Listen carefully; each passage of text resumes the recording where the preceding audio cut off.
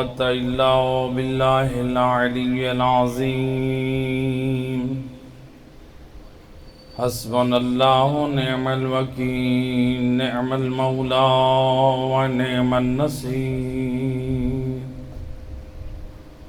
وأعوذ بالله من الشيطان الرجيم بسم الله الرحمن الرحيم الحمد لله الذي نور قلوبنا بولاية محمد وآل محمد اللهم الصلاة والسلام على أشرف الأنبياء والمرسلين وخاتم النبيين أبي القاسم محمد وأهل بيته الطيبين الطاهرين المعصومين المظلومين المنتجبين الذين أذهب الله عنهم الرجس وطهرهم تطهيرا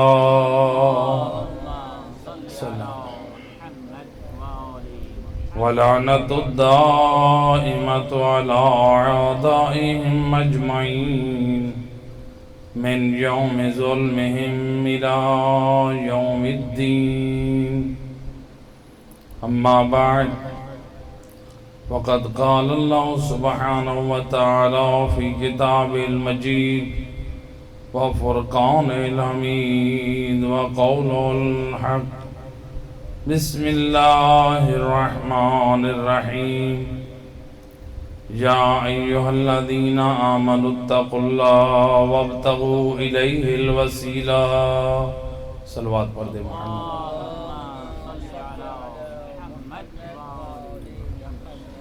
ارباب اعضا قرآن مجید کی جس آیہ مجیدہ کو موضوع قرار دیا ہے ارشاد رب العزت ہو رہا ہے اے ایمان والو تقوی الہی اختیار کرو اور اللہ تک پہنچنے کا وسیلہ تلاش کرو۔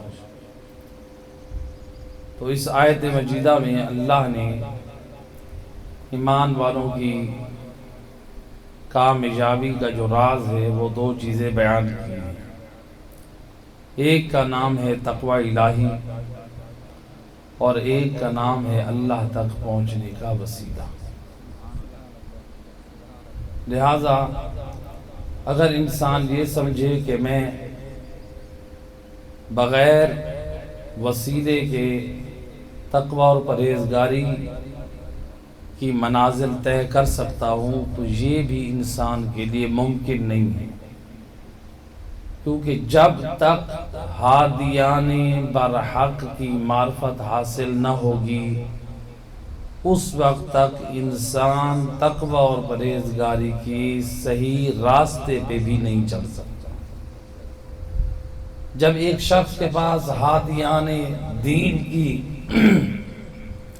معرفت نہیں ہے، وہ پہچانتا نہیں ہے کہ حق کا امام کون ہے۔ جب کوئی نہیں جان سکا کہ حق کا امام کون ہے تو اب انسان نے جس کو اپنا پیشوا اپنا امام مان لیا تو پھر وہ کیا کرے گا؟ اس کے عیبوں پہ بھی وہ چشم پوشی سے کام لے گا، اس سے اچھائیاں بھی لے گا اور اس کے جو عیوب ہیں اس کو بھی وہ اچھی نگاہ سے دیکھے گا۔ تو چونکہ اس نے اس کو اپنا راہبر مان لیا پھر اس کی عیب اس کو عیب نہیں لگیں گے۔ لیکن اگر انتخاب وہ ایسا کرتا ہے کہ جس کا انتخاب یا خدا نے کیا اور پھر خدا کے انتخاب کا اعلان مصطفیٰ نے کیا تو انسان پھر ایسے راستے کی طرف جائے گا کہ جس طرح آئے تطہیر کے وارث رسول خدا صلی اللہ علیہ وآلہ وسلم ہے، تو آپ کے ساتھ پھر آپ کے دین کے وارث بھی علی اور اولاد علی بھی ویسے پاک کردار کے مالک ہوں گے جیسے محمد مصطفیٰ۔ اور اللہ نے ان ہستیوں کو صاحب فضیلت بنایا، اور ان فضیلتوں میں اگر دیکھیں کہ جس کو ہم نے امام اول مانا، اس کے اگر فضائل اور کمالات کی طرف نگاہ کریں تو پہلی شان اور فضیلت یہ نظر آتی ہے کہ جو امام اول ہے اللہ نے اسے اس کی جائے ولادت کو خانہ کعبہ کرا۔ یہ اور بات ہے، بعض دنیا والوں نے، بعض لوگوں نے یہ کہہ دیا علی کا کعبے میں پیدا ہونا یہ کوئی کمال نہیں ہے۔ کیا کہہ دیا؟ علی مولا کا کعبے میں پیدا ہونا یہ کوئی کمال نہیں، یہ بھی ایک تعصب میں سے ہے، یعنی علی کی فضیلت اور عظمت قبول نہیں ہو رہی۔ کہتے ہیں یہ کوئی کمال نہیں ہے، یہ اتفاق ہے۔ یہ کیا ہے؟ ایک محض اتفاق ہے، علی کعبہ میں پیدا ہو گئے۔ ہم نے پھر بھی آگے بڑھ کر جواب دیا، اے علی تیری عظمت پہ قربان، دنیا تیرا کعبہ میں آنے کو اگرچہ اتفاق مانتی ہے، اے علی اگر تیرے اتفاقات کو دیکھیں تو تیری جائے ولادت کعبہ بنے، اور اگر تیرے اختیارات کو دیکھیں تو سید الرسل فرماتے نظر آتے ہیں، ضربت علی فی یوم الخندق افضل من عبادت ثقلین، علی کی ایک ضربت ثقلین کی عبادت سے بھاری ہے۔ مل کے صلوات پڑھ دے محمد۔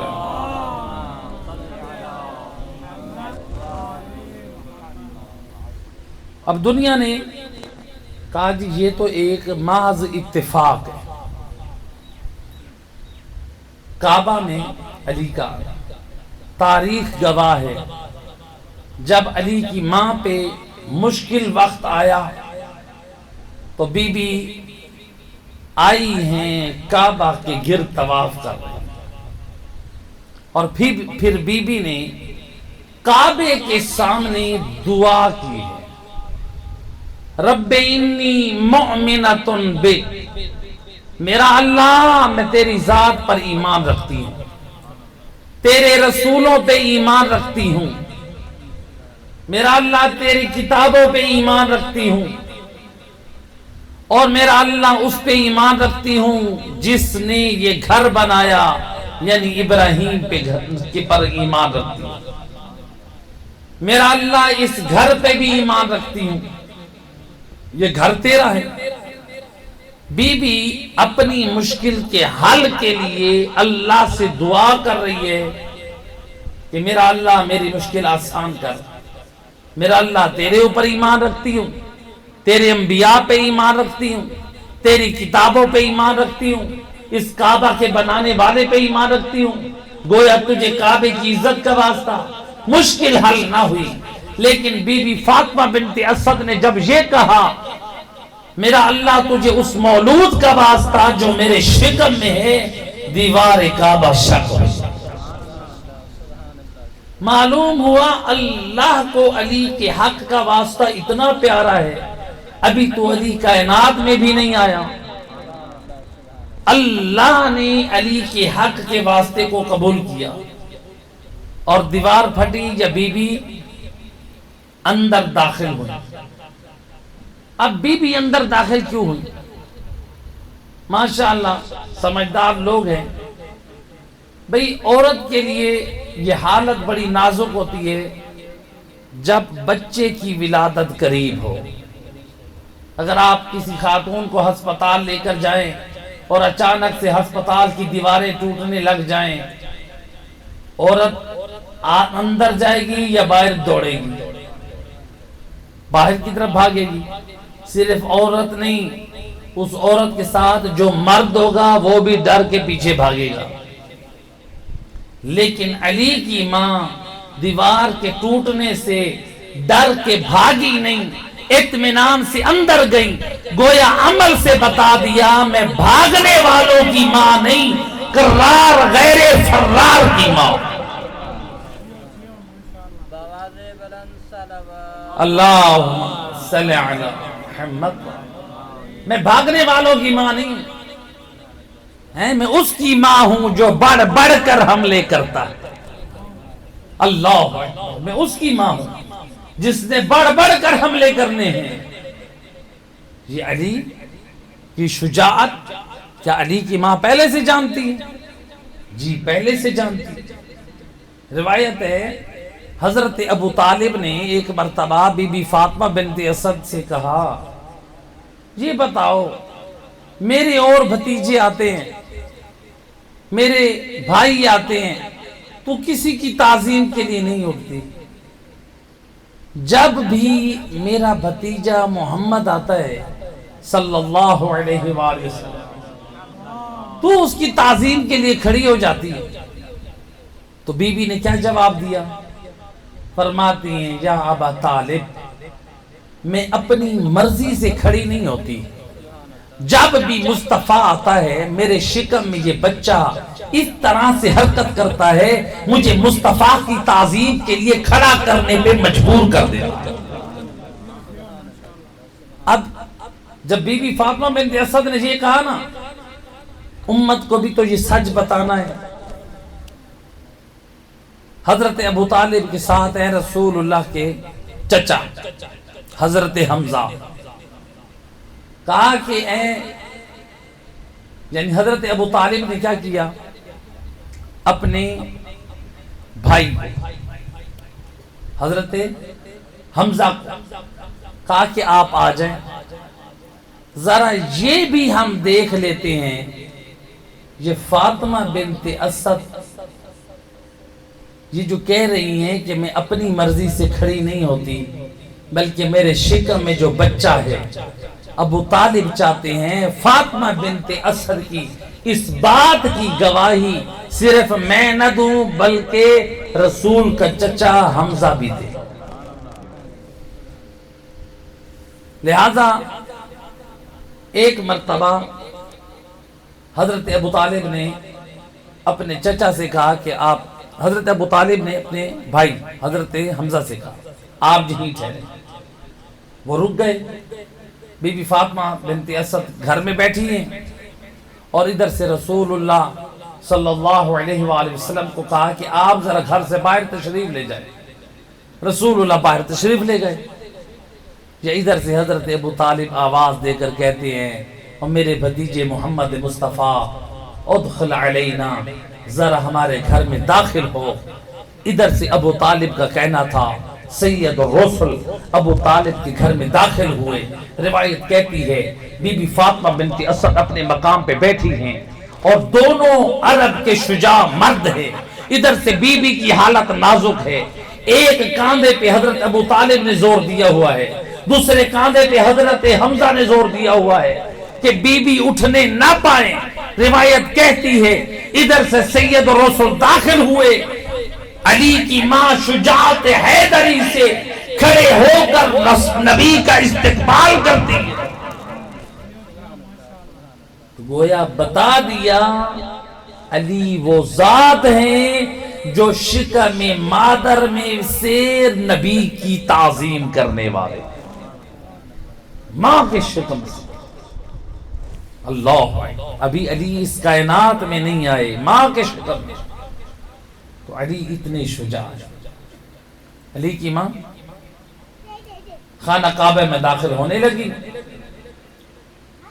اور 3 دن خانہ کعبہ میں رہی. اللہ کے ہاں مہمان تھے، جنت کے کھانے آتے رہے، جنت سے حوریں آئیں، خواتین آئیں جو بی بی کی دلجوئی کے لیے. جب 3 دن گزرے، جس جگہ سے دیوار پھٹی تھی جو اب دروازہ ہے اس کی بالکل مختلف سمت بیک سائڈ وہاں سے دیوار پھٹی اور بی بی فاطمہ بنت اسد وہاں سے باہر نکلی.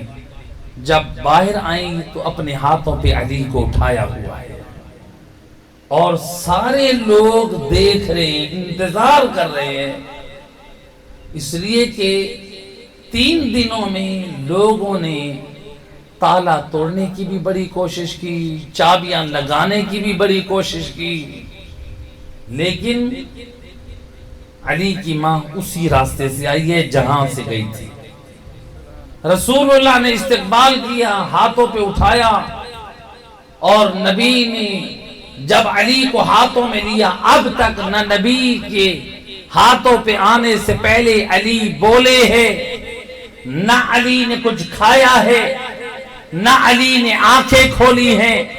جب نبی کے ہاتھوں پہ آئے, پہلے درجے کی امامت نے آخری درجے کی نبوت کا دیدار کیا. رسول اللہ فرماتے ہیں, اے علی تو نے اپنی نگاہ میرے ساتھ خاص کی, میں نے اپنا علم تیرے ساتھ خاص کیا. لہذا اپنے علم کا وارث کس کو بنایا؟ علی کو. اور روایت کہتی ہے, بی بی فاطمہ بنت اسد کہتی ہے, یا رسول اللہ من یربی ہے, یا رسول اللہ علی کو گھٹی کون دے گا؟ فرماتے انا اربی ہے, میں علی کو گھٹی دوں گا. وضع لسانہ فی علی, نبی نے اپنی زبان مبارک علی کے منہ میں دے دی. جب علی کے منہ میں اذان دی, منہ میں زبان دی, روایت کہتی ہے نبی کعبہ کے سامنے کھڑے ہیں, لوگ دیکھ رہے ہیں, نبی زبان دے رہے ہیں, علی زبان چوس رہے ہیں, علی ہے زبان چھوڑ نہیں رہے. گویا نبی نے علی کو خدا کے گھر میں زبان دے دی, دنیا والوں کو بتا دیا خبردار علی کے حق میں جسارت نہ کرنا, علی جب بھی بولیں گے مصطفیٰ کی زبان بولیں گے. علی جب بھی بولیں گے, نبی نے اپنی زبان علی کو دے دی. اب نبی فرماتے یا علی اقرا, اے علی پڑھ. یا رسول اللہ کیا پڑھوں؟ تورات پڑھوں, زبور پڑھوں, انجیل پڑھوں, قرآن پڑھوں؟ روایت کہتی ہے علی نے تورات بھی سنائی, زبور بھی سنائی, انجیل بھی سنائی, اور فرمایا اقرا القرآن, اے علی تو قرآن پڑھ. آج دنیا کہتی ہے یہ کیسے ہو سکتا ہے, 3 دن کا بچہ علی کعبے سے آیا اور نبی کے ہاتھوں پہ قرآن سنا دیا, یہ کیسے ہو سکتا ہے؟ میں نے کہا بڑا افسوس کا مقام ہے. اگر نبی کے ہاتھوں پہ کنکر کلمہ پڑھیں تو تم نبی کی شان میں نعتیں پڑھو. نبی کے ہاتھوں پہ کنکر کلمہ سنا سکتے ہیں, نبی کے دین کا وارث علی قرآن نہیں سنا سکتا. جو تو انکار کر دے کہ نبی کے ہاتھوں کی عظمت نہیں ہے. اور دوسرا کہ آؤ قرآن سے پوچھتے ہیں کہ حضرت عیسیٰ بھی تو بولے تھے جب 3 دن کے تھے, وہ بھی چھوٹے تھے, وہ بولے تھے یا نہیں بولے تھے؟ سورہ مریم قرآن گواہ. جب ہم یہ جواب دیں تو پھر کہتے ہیں وہ تو حضرت عیسیٰ نبی تھے, علی کوئی نبی تھوڑی ہے. تو کہا کہ یعنی نبی بول سکتا ہے, غیر نبی نہیں بول سکتا. ہم نے کہا کوئی بات نہیں, نبی نہیں بول سکتا, ہم قرآن سے ثابت کرتے ہیں غیر نبی بھی بول سکتا ہے.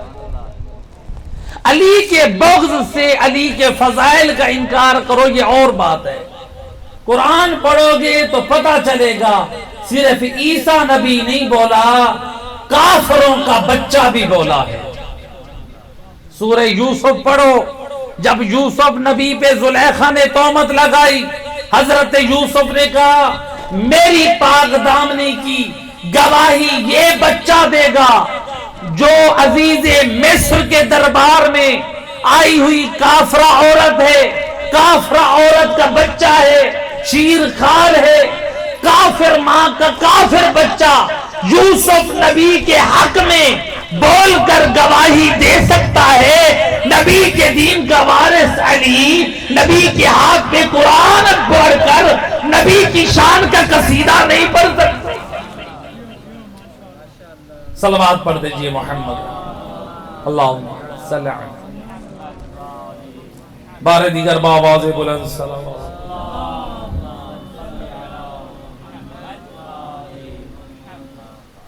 آل محمد کے فضائل یہ نصیب والوں کو حاصل ہوتا ہے، لہذا آل محمد کے فضائل یہ بھی یقیناً عبادت ہے، بیان ہونے چاہیے۔ اور دنیا تو بس اعتراض کر دیتی ہے، آل محمد کی شان، آل محمد کے فضائل، ہم سمجھتے ہیں کہ وہ ہماری طرح ہے، اللہ نے ان کو مجموعہ فضائل و کمالات خلق، یہ وہ ہستی ہے۔ تو علی کا کعبے میں آنا یہ علی کی شان اور فضیلت میں سے، اور پھر کہتے ہیں جی یہ تو علی کی کوئی فضیلت نہ ہوئی، جب علی کعبہ میں پیدا ہوئے تو اس وقت کعبے میں بت تھے، کیا تھے؟ اس وقت بت تھے۔ ہم نے کہا چلو ٹھیک ہے، آپ کی بات مانتے ہیں، آؤ ذرا غور کرتے ہیں۔ اعلان رسالت کے بعد 10 سال رسول اللہ مکہ میں نماز پڑھتے رہے، لیکن منہ کس طرف کرتے تھے؟ بیت المقدس کی طرف۔ اور تاریخ کہتی ہے رسول اللہ بیت المقدس کی طرف منہ کر کے نماز پڑھتے تھے تو اس خانہ کعبہ کی طرف بھی اس طرح منہ کرتے تھے کہ دونوں کعبوں کی طرف رخ ہو، کعبے کو بھی اور بیت المقدس کو بھی۔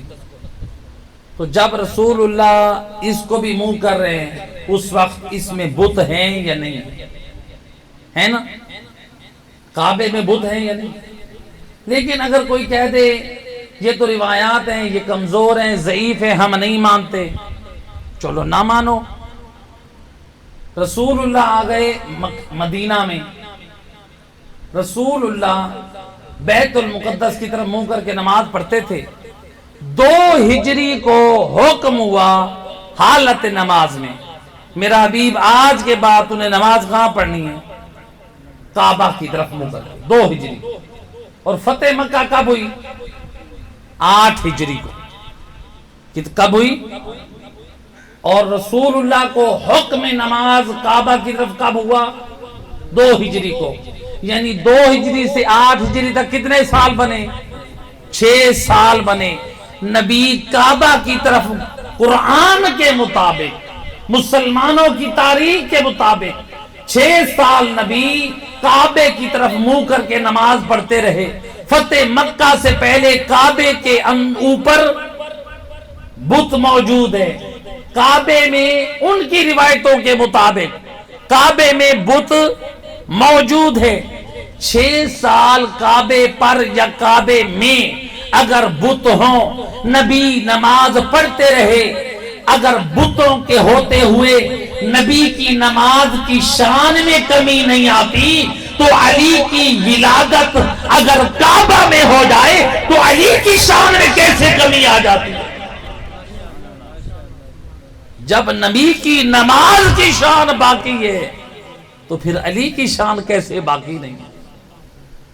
جب بتوں کے ہوتے ہوئے نبی کی نماز باطل نہیں ہے، نبی کی شان باقی ہے، تو پھر علی کی شان باقی کیوں ہے؟ مسئلہ یہ ہے علی کے فضائل ہضم نہیں ہوتے، علی کی شان ہضم نہیں ہوتی۔ صلوات پڑھ دے محمد۔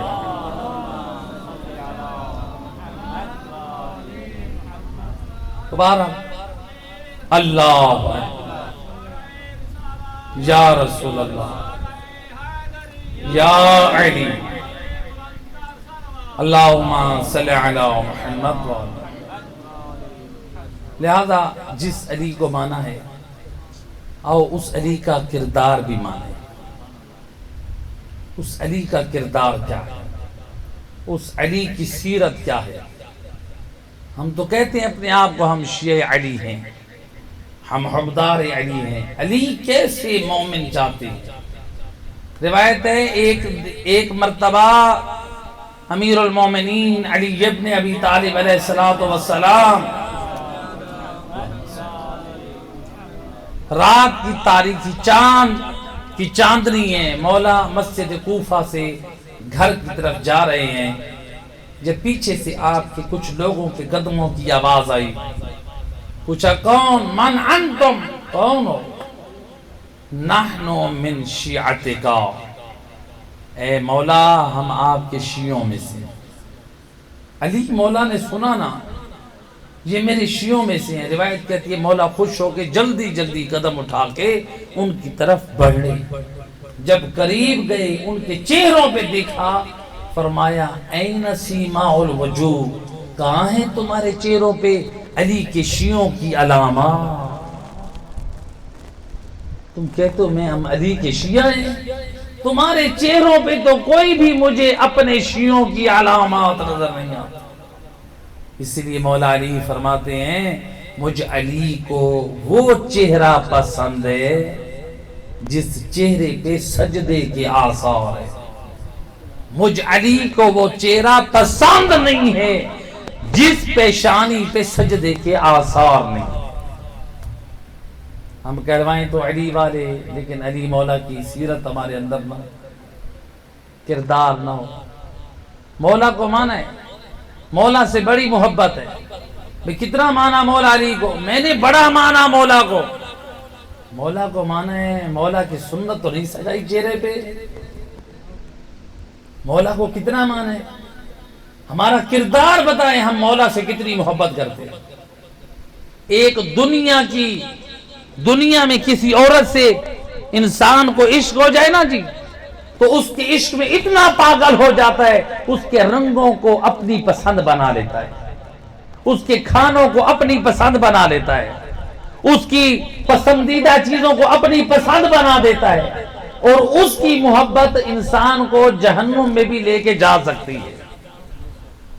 اور جن کی محبت اور ولا کو اللہ نے قرآن میں واجب کیا ہے، کبھی یہ نہیں دیکھا علی ہمیں کپڑا کیسا پہنانا چاہتے ہیں، علی ہماری شکل کیسی دیکھنا چاہتے ہیں، علی مولا ہمارا اخلاق کیسا دیکھتے ہیں، علی ہمارے طور زندگی کیسے چاہتے ہیں. کردار وہ اپناؤ. غیر بھی جب ہمارے کردار کو دیکھیں تو اپنی محفلوں میں بول اٹھیں ہے علی والا بڑا نمازی ہے، چہرے پہ بڑا نور ہے، علی والا ہے ماشاءاللہ بڑا روزے دار ہے علی والا کلام کا پکا ہے، علی والا بڑا سچا ہے علی والا بڑا دیانتدار ہے علی والا آنکھ میں شرم و حیا ہے علی والا اولاد اس کی باادب ہے علی والا غریبوں کی مدد کرتا ہے علی والا لوگوں میں سخاوت کرتا ہے علی والا ماں باپ کا قدردان ہے علی والا لوگوں کا خیر خواہ ہے. یہ ہو لوگوں میں کردار. اس لیے امام جعفر صادق علیہ السلام اللہم صلی علی محمد، امام فرماتے ہیں تمہارا اخلاق، تمہارا کردار، تمہارا دین اتنا پاکیزہ ہو مومنوں کے ساتھ نہیں بلکہ غیروں کے ساتھ. جب وہ مشکل میں ہوں تو ان کی مشکل حل کرو، جب وہ مقروض ہوں تو ان کے قرض ادا کرو، جب وہ پریشان ہو تو ان کی پریشانیوں کو دور کرو، جب وہ بیمار ہو تو ان کی عیادت کو جاؤ، جب وہ مر جائیں تو ان کے جنازے میں جاؤ.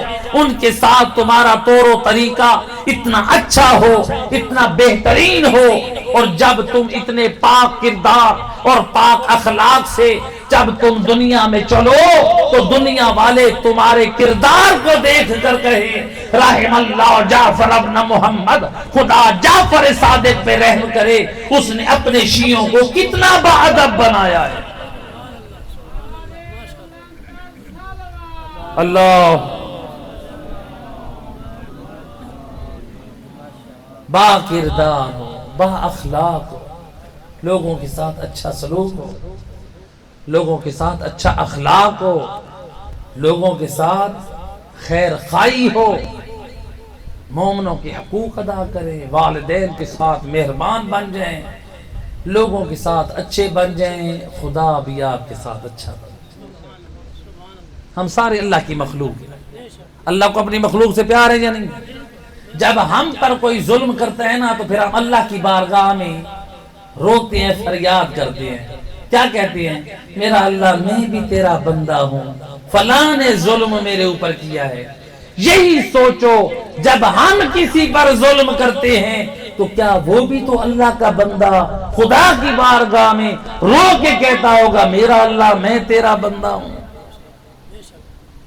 جب ہم پر ظلم ہو تو ہم اللہ کی بارگاہ میں روئے، تو جس پر ہم نے ظلم کیا اللہ کی مخلوق پر مہربان بن جاؤ، خدا ہے ہی مہربان۔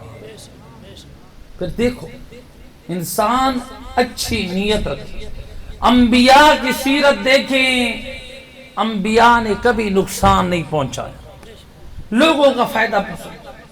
وہ اللہ کا دین پہنچاتے، لوگ پتھر مارتے، وہ اللہ کا دین پہنچاتے، لوگ گالیاں دیتے، وہ اللہ کا دین پہنچاتے، لوگ برا بھلا کہتے۔ انبیاء کا مشن یہی تھا، جس طرح ہم کامیاب راستے پر ہیں اس قوم کو بھی کامیابی کے راستے پہ لے آؤ۔ لیکن قوم جاہل تھی، نادان تھی، نہ سمجھ تھی، انبیاء کو دشمن سمجھتی تھی، انبیاء ان کو غلط رسموں سے بچاتے تھے، انبیاء ان کو گمراہیوں سے بچاتے تھے، انبیاء چاہتے تھے کہ تم اپنی مرضی کی زندگی نہ گزارو، خدا کی مرضی کے مطابق اور ہمارے پاک کردار کے مطابق زندگی گزارو گے تو کامیاب ہو۔ لیکن جب اپنی مرضی کی تو کسی قوم پہ اللہ نے کیا کیا؟ بنی اسرائیل کی ایک قوم تھی، نافرمانی کی، تو اللہ نے کیا کیا پھر اس قوم پر؟ اللہ نے یہ کیا، وہ نافرمانیوں پہ نافرمانی کرتی تھی، جو ان میں نیک لوگ تھے، صالح لوگ تھے، وہ اس شہر کو چھوڑ کر چلے گئے۔ اس شہر کے لوگ جو نافرمان تھے، نافرمانی پہ ڈٹے ہوئے تھے، وہ اس شہر کے اندر محصور رہ گئے۔ جب چند دن بعد اگلے دن جب آئے، یہ تو 3 دن سے شہر سے کوئی باہر نہیں نکل رہا، تو کسی کو اس شہر کی دیواروں سے چڑھا کر دروازہ کھلوایا گیا اور اندر داخل ہوئے تو کیا دیکھا؟ وہ جتنے اس شہر کے نافرمان قوم بنی اسرائیل تھی، حکم خدا کی نافرمانی کرتی تھی، وہ سارے اس شہر کے لوگ بندروں کی شکل میں مسخ ہو گئے۔ قرآن کا واقعہ ہے، تاریخ انبیاء بھی گواہ ہے اور قرآن بھی گواہ ہے۔ اللہ نے پوری قوم کو بندر بنا دیا، عورتیں بھی بندر بن گئی، مرد بھی بندر بن گئے، بچے بھی، اور ہر ایک اپنے دروازوں پہ حسرت کی نگاہ پہ بیٹھے تھے۔ جب پوچھتے تھے کون، وہ بول کے کہتے تھے میں فلاں، میں فلاں۔ 3 دن تک وہ بندروں کی شکل میں رہے، پھر اللہ نے اس بندروں کو موت دے دی، اور قرآن میں بھی واقعہ بیان کر دیا، کتابوں میں ائمہ خدا نے بھی واقعہ بیان کر دیا، اور دنیا کے لیے عبرت کی نشانی چھوڑ دی۔ اللہ چاہے تو اپنے نافرمان لوگوں کو بندر بھی بنا سکتا ہے۔ ہم کہاں جا رہے ہیں؟ ہم اللہ کے قہر سے ڈرے۔ ایسا نہ ہو کہ ہم بھی اپنی بدعمالیوں کی وجہ سے ہمارے اوپر جو عذاب آتے ہیں نا، یہ ہمارے گھروں میں مصیبتیں آتی ہیں، آفتیں آتی ہیں، یہ ہمارے اپنے گناہوں کی نحوست ہوتی ہے۔ اس لیے امام جعفر صادق علیہ السلام، اللہم صلی علی محمد، امام فرماتے ہیں بہت سارے لوگوں کو جو موت جلدی آتی ہے وہ ان کے گناہوں کی شامت کی جو ہے وہ پکڑتی ہے۔ ان کی موت لکھی ہوتی ہے بعد میں، لیکن کچھ گناہ یہ کرتے ہیں جن کی وجہ سے ان کے موت جلدی آتی ہے۔ اور وہ کون سے گناہ ہیں؟ ان میں سے ایک نماز ہے جس کا ہم ذکر کر چکے، ان میں سے ایک ہے قطع رحمی کرنا، رشتہ داروں کے ساتھ بول چال ختم، بہن بھائیوں کے ساتھ بولنا ختم، ماں باپ کے ساتھ بول چال ختم کرتے ہیں کہ نہیں کرتے؟ ماں کے ساتھ بولنا چھوڑ دیتے ہیں، باپ کے ساتھ بولنا چھوڑ دیتے ہیں، بھائی کے ساتھ بولنا چھوڑ دیتے ہیں، بہن کے ساتھ بولنا چھوڑ دیتے ہیں، قطع رحمی کرتے ہیں، گناہ کرتے ہیں۔ ایک شخص ہے امام جعفر صادق علیہ السلام کی خدمت میں، اللہم صلی علی مولا،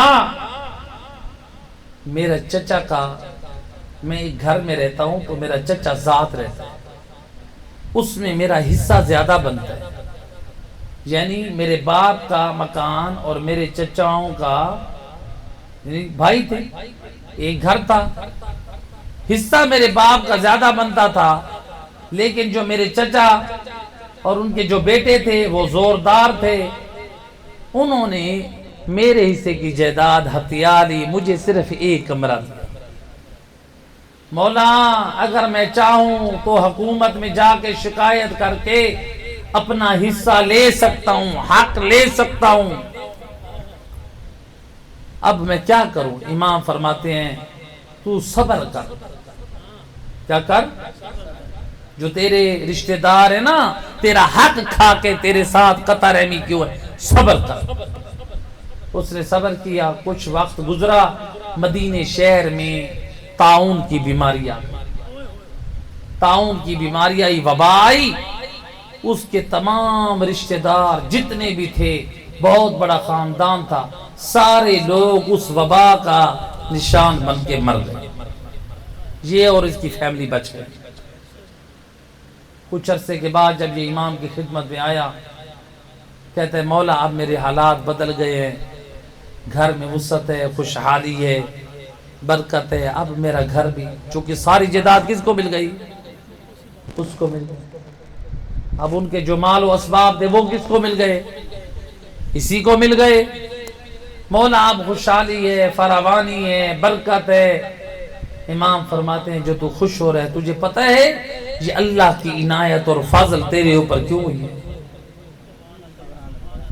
تیرے رشتہ داروں نے کی تھی تیرے ساتھ قطع رحمی، تیرا حق کھا کے تجھے پر ظلم کر کے تیرے حق سے محروم کیا تھا، اللہ نے اس قطع رحمی کی سزا یہ دی، ان کو موت دے دی، ان کا مال اور جائیداد تجھے دے۔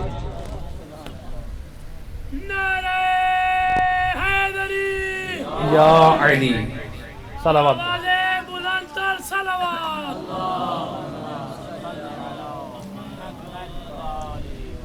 قطع رحمی نہ کیا کریں، گناہ نے کبیرہ میں سے ہے۔ عام طور پہ یہ گفتگو تربیت ہماری مجالس میں کم سنی جاتی ہے۔ ماں باپ سے ناراض ہو جاتے ہیں، ماں سے ناراض ہو گئے، کئی سال نہیں بولتے، تو نے میرے ساتھ فرق کیا تھا۔ ماں ہے، چھوٹے بیٹے کو اگر کچھ عطا کر دی ہے کسی وجہ سے، پتہ نہیں اس نے کیا دیکھا ہوگا۔ بڑے بیٹے نے بھی تو کتنے لاڈ اور پیار سمیٹے ہیں ماں سے، چھوٹے نے تو نہیں کہا اماں جتنا پیار تو نے بڑے کو دیا تھا مجھے نہیں دیا ہے۔ تو لہذا یہ ماں سے اکثر ناراض ہوتی ہیں اولادیں، یا باپ سے ناراض ہوتے ہیں، باپ نے فلاں بیٹے کو دے دیا۔ ہاں ماں باپ کو بھی چاہیے جائیداد کی ایسی تقسیم نہ کریں جس سے بعد میں اولاد کے درمیان دشمنی پیدا ہو جائے، ایسی تقسیم کرنا بھی شرم حرام ہے، ایسی بھی نہ کرو۔ اپنی اولاد کو خود ایک دوسرے کا دشمن نہ بناؤ۔ بہتر انداز یہی ہے، طریقہ یہی ہے، انسان جائیداد کی تقسیم انسان کیا کرے، اپنی زندگی میں اگر دے جائے، وارث بنا جائے تو بہتر ہے، تاکہ بعد والا کوئی بے ایمان ہو۔ اور ایک اور بھی ہمارے یہاں رسم عجیب ہے، بیٹیوں کو نہیں دیتے، صرف بیٹوں کو دیتے ہیں۔ دیتے ہیں کہ نہیں دیتے؟ کہتے ہیں جی بیٹیوں کو نہیں دینا چاہیے۔ اگر بیٹیوں کو نہیں دینا چاہیے پھر آپ بی بی زہرا کے حق کو کیوں روتے ہیں؟ بیٹیوں کو دینا چاہیے تو ہم حق کو روتے ہیں، اور جو حق کھا جائے بیٹیوں کا یا بہنوں کا، قیامت والے دن پھر وہ انہی حق کھانے والوں کی صف میں کھڑا ہوگا، وہ بڑے مجرم ہیں، یہ چھوٹے مجرم ہیں۔ پوری زندگی بی بی زہرا کے حق کو روتے رہے اور خود اپنی بہنوں کا حق کھا کر گئے۔ تمام مومنین کی بخشش کے لیے بآواز بلند تر صلوات۔ اللہ۔ لہذا حق کھانا حرام ہے، بہنیں ہوں اور بیٹیوں کو بھی حق دو، اور سب سے پہلے جو بیوی لے کر آتے ہیں نا حق مار، اس کا حق دینا واجب ہے۔ فقہ امام جعفر صادق علیہ السلام کا یہ مسئلہ ہے، جس بیوی کو آپ نے حق مار معین کیا ہے اتنا حق مار ہے، اور اگر اس کی وہ رقم حق مار کی جمع کی جائے اس سے وہ حج کر سکتی ہے، اس عورت پر واجب ہے وہ مرد سے حق مار لے کے حج پر جائے۔ عورت کے لیے جائز نہیں ہے وہ کہے کہ میں نے تجھے معاف کیا، عورت کے لیے معاف کرنا حرام، اس کے لیے حج واجب ہو رہا ہے، وہ حج کرے۔ ہمارے وہ معاشرے میں اس بات کا پتہ ہی نہیں۔ عورت کے پاس زیورات ہوں ان کو بیچ کے حج کر سکتی ہے، شریعت کہتی ہے زیورات بیچ حج پہ جا۔ ہماری عورتیں کہتی ہیں اے تو میں اپنی دھی واسطے رکھے نہیں چاہ، اے میں اپنی وڈی نوح واسطے رکھے نہیں چاہ۔ وہ بیٹیوں اور بہووں کا نصیب اپنا ہے، جس خدا نے تجھے دیا ہے وہ تیری اولاد کو بھی دے گا۔ اپنے زیور بیچ، اللہ کے گھر کو فریضے کے لیے جا۔ اور احادیث میں ہے جو حج پہ خرچ کرتا ہے اللہ سال گزرنے سے پہلے اس کو وہ عطا کر دیتا ہے۔ مومن کا یقین ہو، ایمان ہو، آل محمد کو مانے سچے ایمان ہیں، وہ کبھی جھوٹ نہیں بولتے۔ لہذا زیورات کا بیچنا یہ واجب ہو جاتا ہے۔ حق مار کیا ہے؟ جی بسم اللہ فرمائیں۔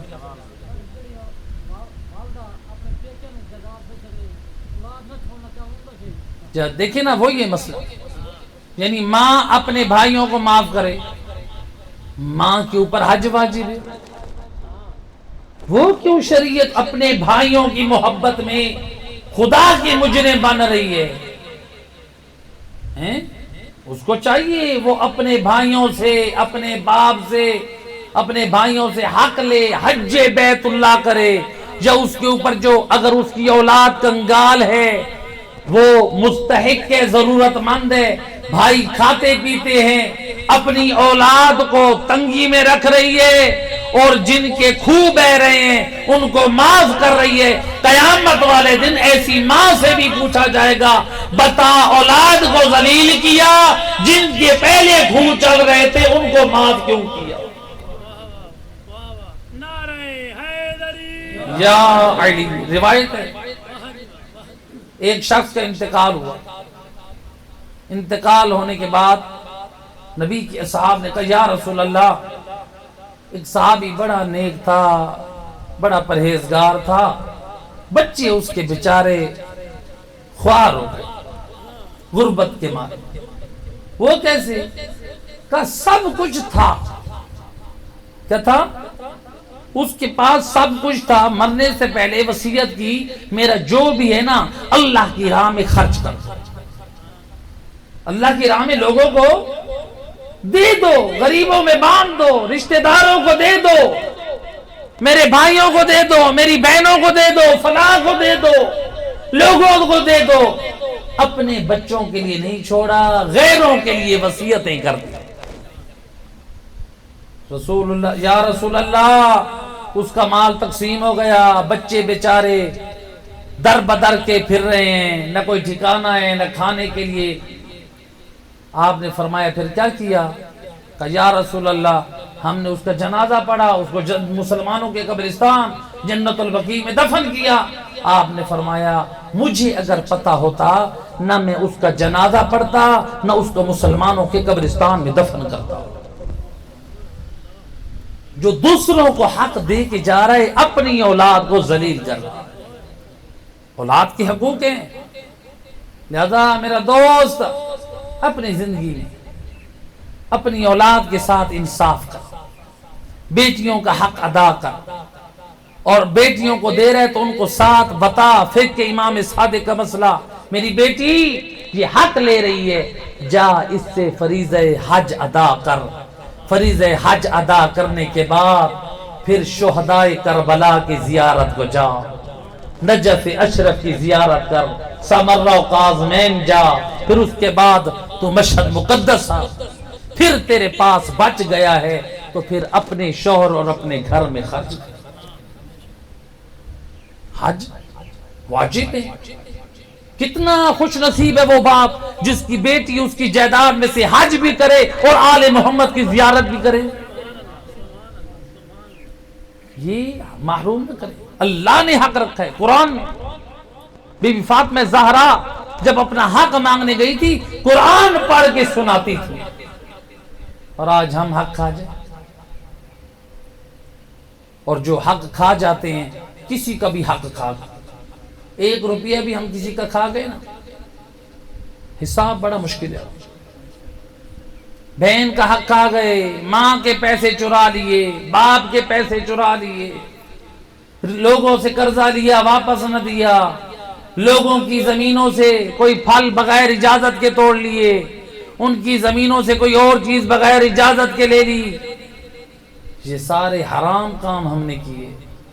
اللہ کے رسول حضرت محمد مصطفیٰ صلی اللہ علیہ وآلہ وسلم فرماتے ہیں جو شخص کسی کا 1 درہم کھاتا ہے، 1 درہم یعنی 1 روپیہ، قیامت والے دن اللہ کی طرف سے آواز آئے گی، فرشتو اس کے نام اعمال سے 4000 رکعت نماز کاٹ کے اس کے نام اعمال میں لکھو جس کا اس نے 1 درہم کھایا ہے۔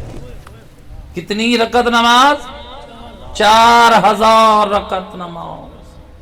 4 رکعت نہیں، 40 نہیں، 400 نہیں، 4000 اس کے نام اعمال میں لکھو جس کا اس نے 1 درہم کھایا۔ اور پھر اللہ کے رسول فرماتے ہیں جو مال حرام کھاتا ہے یعنی سود کے ذریعے سے کھائے، زنا کی کمائی کھائے، جوئے کی کمائی کھائے، داڑیاں شیو کر کے کمائی کھائے، کسی کا مال چوری کر کے کھائے، شراب کی کمائی سے کھائے، یا کسی اور ذریعے سے حرام کما کر جو حرام مال کھائے، اللہ کے رسول فرماتے ہیں قیامت والے دن جب یہ شخص آئے گا اس کا بدن انسان والا ہوگا، اس کی شکل سور والی ہوگی۔ شکل کیسی ہوگی؟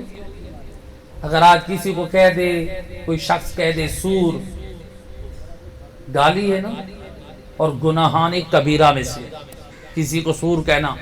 مولا علی فرماتے ہیں جو کسی کو کہتا ہے کتا، گدھا، فاسق، کافر، خبیث، مولا فرماتے ہیں جو مجھ علی کے سامنے ایسی گالی دے وہ مجھ علی کے 39 کوڑوں کی سزا کھانے کا حقدار ہے۔ 39 کوڑے، اللہ، 1 کم 40۔ تو عام طور پہ تو لوگ کہہ دیتے ایک دوسرے کو گدھا، عورتیں بھی کہتی ہیں، کہتے ہیں کہ نہیں کہتے؟ سریکی میں ایک دوسرے کو کہتے ہیں گڈھیران۔ یہ بہت بڑا گناہ کبیرہ میں سے ہے یہ۔ یا مرد اپنی بیوی کو کہتے ہیں، اخلاق ہمارے خراب ہو رہے ہیں، بیویوں کو ہم اس انداز سے بول رہے ہیں، بیویاں پھر اپنی اولاد کے ساتھ بولتی ہیں، گھروں کا ماحول خراب ہو چکا۔ اہل بیت کا اخلاق نہیں ہوگا، ان کی سیرت نہیں ہوگی، پھر ہماری زندگی حیوانوں کی طرح ہوگی۔ آل محمد پاک ہیں، ان کی تعلیمات بھی پاک ہے، ان کا اخلاق بھی پاک ہے، کب اپنائیں گے ہم لوگ؟ اب نبی نے کیا فرمایا؟ جو حرام کھائے وہ قیامت والے دن کس شکل میں آئے گا؟ سور کی شکل میں، حرام کھانے والا۔ اچھا اب ہم لوگوں کا حق کھا گئے تو ہم تو آ سکتے ہیں قیامت والے دن سور کی شکل میں۔ اب لوگوں کا حق کھانا بڑا جرم ہے یا آل محمد کا؟ تو جو خمس کھا جائے، جو خمس کھا گیا، بی بی زہرا کا حق کھا گیا، بی بی کا حق کوئی اور کھا جائے تو مجرم، اگر ہم کھا جائیں تو بتائیں کیا خمس کھانے والا سور کی شکل میں نہیں آئے گا؟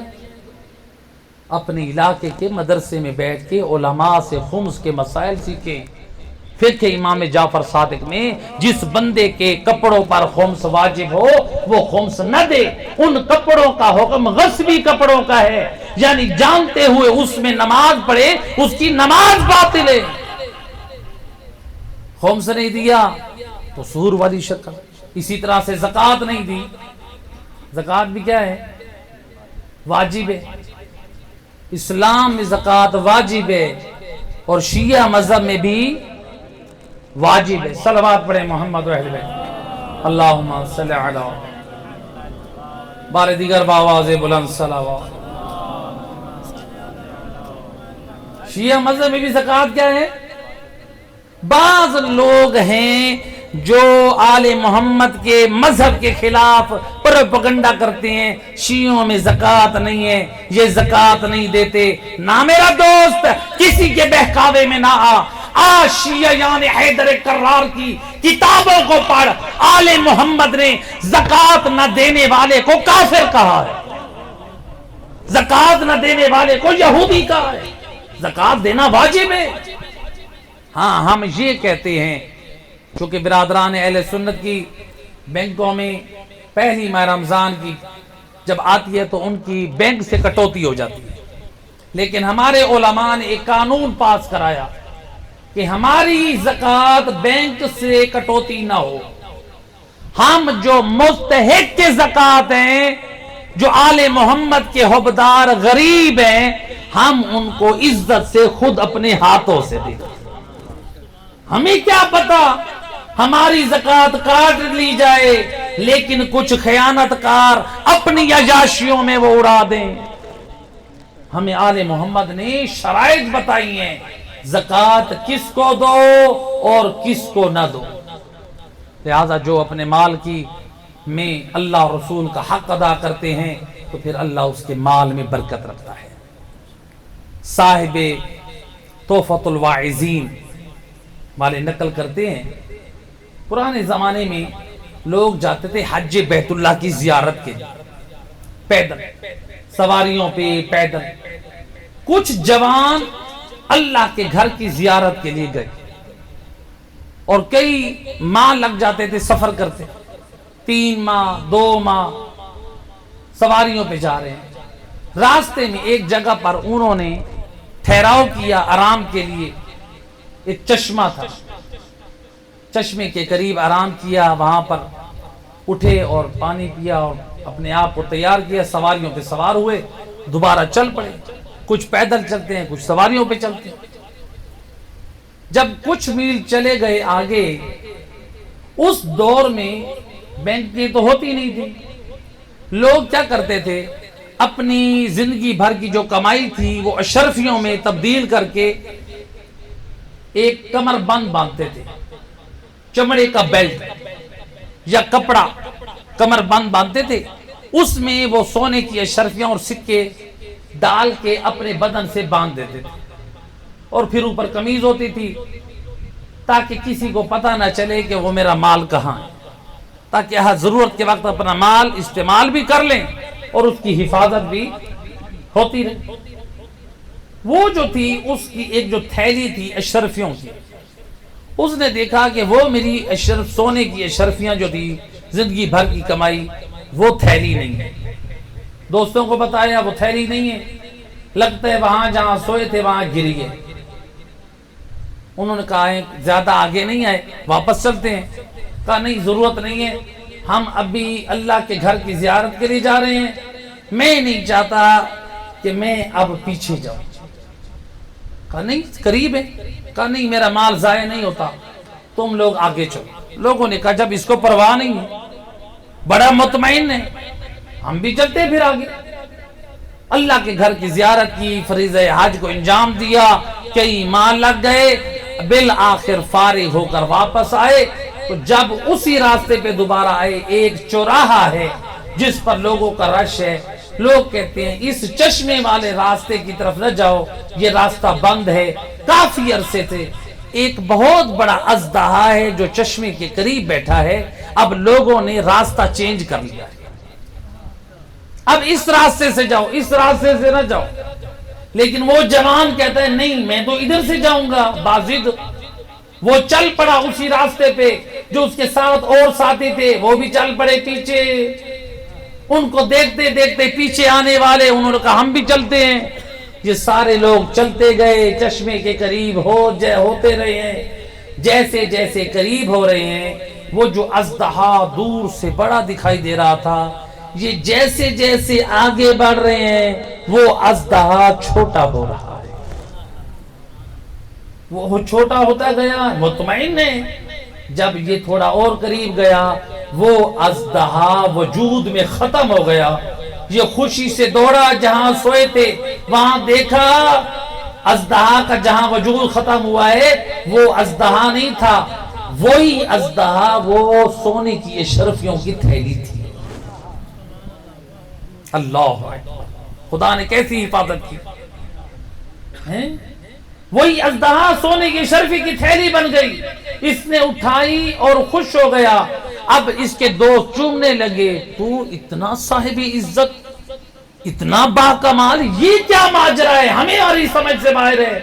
کہا بس ایک بات ہے، میں نے آج تک اپنے مال میں نہ اللہ کا حق کھایا ہے، نہ نبی کا حق کھایا ہے، نہ نبی کی آل کا حق کھایا ہے، نہ اللہ کی مخلوق کا حق کھایا ہے. جب میں نے کسی کا حق نہیں کھایا پھر خدا میرا حق کیسے ضائع کر دے. اللہ جو اللہ کا حق ادا کرتا ہے، رسول کا اور مخلوق کا، اللہ اس کے مال کی حفاظت کرتا ہے. لہذا میرا دوست، جو تجھ پر بیوی کا حق مہر ہے جو آج تک نہیں دیا، وہ حق نہ کھا. واجب ہے وہ حق ادا کر.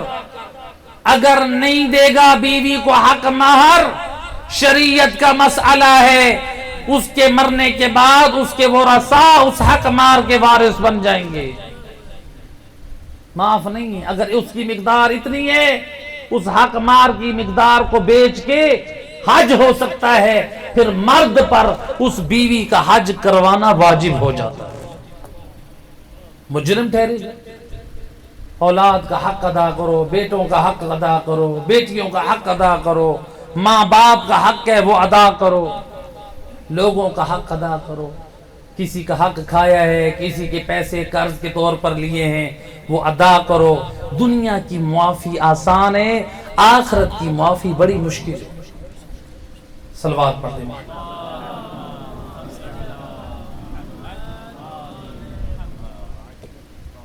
آخرت کا حساب بڑا مشکل. لہذا یہ نہ سوچیں اللہ غفور اور رحیم. لوگ ہوتے ہیں، لوگوں کو سمجھاؤ حلال حرام کی بات، کیا کہتے ہیں؟ اللہ غفور اور رحیم. بھئی اللہ غفور اور رحیم ہے بے شک، اس کا کوئی منکر نہیں ہے. ہم لوگوں کا حق کھا گئے، اللہ غفور اور رحیم. نمازیں چھوڑ دی، اللہ غفور اور رحیم. زنا کر لیا، اللہ غفور اور رحیم. شرابیں پی لی، اللہ غفور اور رحیم. جوئے کھیلتے رہے، اللہ. ساری برائیاں کر کے کہتے ہیں اللہ غفور اور رحیم ہے. اللہ غفور اور رحیم اس کے لیے ہے جو برائیوں کو چھوڑ کر معافی مانگ کے کہ میرا اللہ تو غفور اور رحیم ہے، پھر وہ کہتا ہے میرے دروازے پہ آ گیا ہے تو میں نے تجھے معاف کر دیا.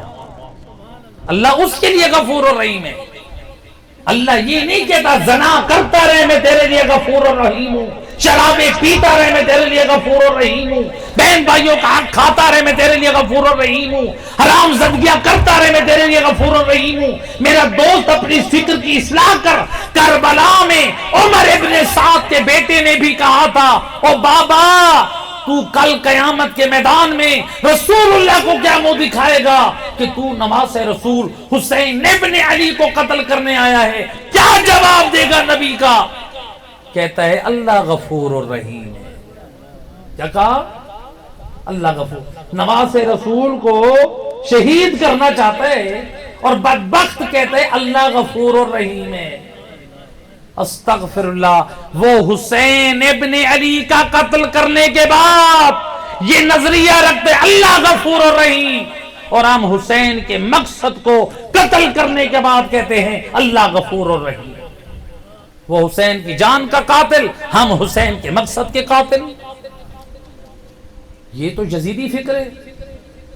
میرا دوست گناہوں سے توبہ کر، پھر کہ اللہ غفور الرحیم. دین کا مذاق نہ اڑا، اس دین پہ حسین کا بڑا خرچ ہوا ہے، اور اس خرچ ہونے میں حسین نے اپنے باغ کا پھول علی اصغر بھی قربان کر دیا۔ اجرکم علی اللہ اعظم۔ اولاد والو کتنی پیاری اولاد ہے آپ کو اپنی گود کا 6 ماہ کا بچہ پیارا ہے، حسین کو اصغر پیارا نہیں۔ اجرکم علی اللہ اعظم۔ اور روایت کہتی ہے جب زہرا کے لال نے استغاثہ کیا نا، ایک مرتبہ اصغر کے رونے کی آواز بھی حسین کے کانوں میں پڑی۔ آئے در خیمہ پہ یا اختی زینب، اور میری بہن زینب، ذرا میرا دینا عبداللہ رضی اور 6 ماہ علی اصغر، میں اس سے وداع کروں۔ روایت کہتی ہے جب علی اصغر کو ہاتھوں پہ اٹھایا، انہو یتلذع من العطش، علی اصغر پیاس سے تڑپ رہا ہے۔ یتلذع من العطش کے علماء نے جو معنی کیے ہیں، یتلذع من العطش کے معنی کیے جاتے ہیں کہ مچھلی کی 3 حالتیں ہوتی ہیں۔ جب مچھلی کو پانی سے باہر نکالتے ہیں نا تو وہ کیا کرتی ہے؟ پہلا مرحلہ یہ ہوتا ہے وہ اپنی دم بھی مارتی ہے، اپنا منہ بھی مارتی ہے۔ جب کچھ وقت گزر جائے نا وہ پھر کیا کرتی ہے؟ وہ صرف ایک حصہ مارتی ہے، اور پھر جب اور وقت گزر جائے آخری حالت یہ ہوتی ہے مچھلی کی، جب منہ بند ہو تو کھول نہیں سکتی، اگر کھل جائے تو بند کرنا مشکل ہوتا ہے۔ انہو یتلذع من العطش، علی اصغر کی بھی یہی حالت ہے، شدت پیار سے ہے۔ کبھی پہلی حالت یہ تھی اصغر ہاتھ بھی مارتا ہے تو پاؤں بھی مارتا ہے، کبھی حالت یہ ہے اصغر اپنی صرف پاؤں کو حرکت دے رہا ہے۔ ایک وقت وہ بھی آیا اصغر کا جب ہونٹ کھلے تو ملانے کی طاقت نہ تھی، اگر مل جاتے تو کھولنا مشکل ہوتا۔ آیت اللہ کاشانی اپنی مقتل الحسین میں نقل کرتے ہیں، اے اصغر کے پیاس کا غلبہ یہ تھا، وَغُشِيَ عَلَيْهِ سَاعَةً بَعْدَ السَّاعَةِ، وہ ہر گھڑی بعد اصغر وہ بے ہوش ہو جاتے۔ اے اولاد والو، اور ذرا میں پوچھنا چاہتا ہوں، ذرا آپ کے گھر میں اگر کوئی چھوٹا بچہ بے ہوش ہو جائے وہ ماں کیسے تڑپے گی؟ وہ پردے دار میری مائیں بہنیں اپنے ساتھ چھوٹے بچوں کو لائی ہوگی، اور ساتھ دودھ اور پانی کا انتظام کیا ہوگا۔ ہمارا چھوٹا بچہ روئے تو ہم جلدی سے دودھ پلائے، اور میں قربان زہرا کا لال حسین کربلا میں مجبور سوال کر رہا ہے، یا قوم، اے قوم، ان لم ترحمونی فرحموا علی ھذا الطفل الرضیع، اے قوم اگر تمہیں حسین پر رحم نہیں آتا اور میرے معصوم علی اصغر پر رحم کرو۔ ایک مرتبہ اشقیاء میں کھلبلی مچی، اجرکم علی اللہ زادارو۔ یا ادھر سے عمر بن سعد نے دیکھا کہ ادھر سے اشقیاء کے ارادے بدل رہے ہیں، یہ اسلعین نے حکم دیا، یا حرملا اقطع کلام الحسین، اے حسین کا کلام قطع کر۔ اور اسلعین نے 3 شعبہ تیر، اے وہ جو چھوڑا، اے بعض ارباب اعظام نقل کرتے ہیں، اور جب حسین نے بہن سے اصغر لیا نا، وَعَرَادَ الْحُسَيْنَ أَن يُقَبِّلْ وَلَدَا، اے اصغر کو بوسہ دے، اس سے پہلے حسین اصغر کو بوسہ دے۔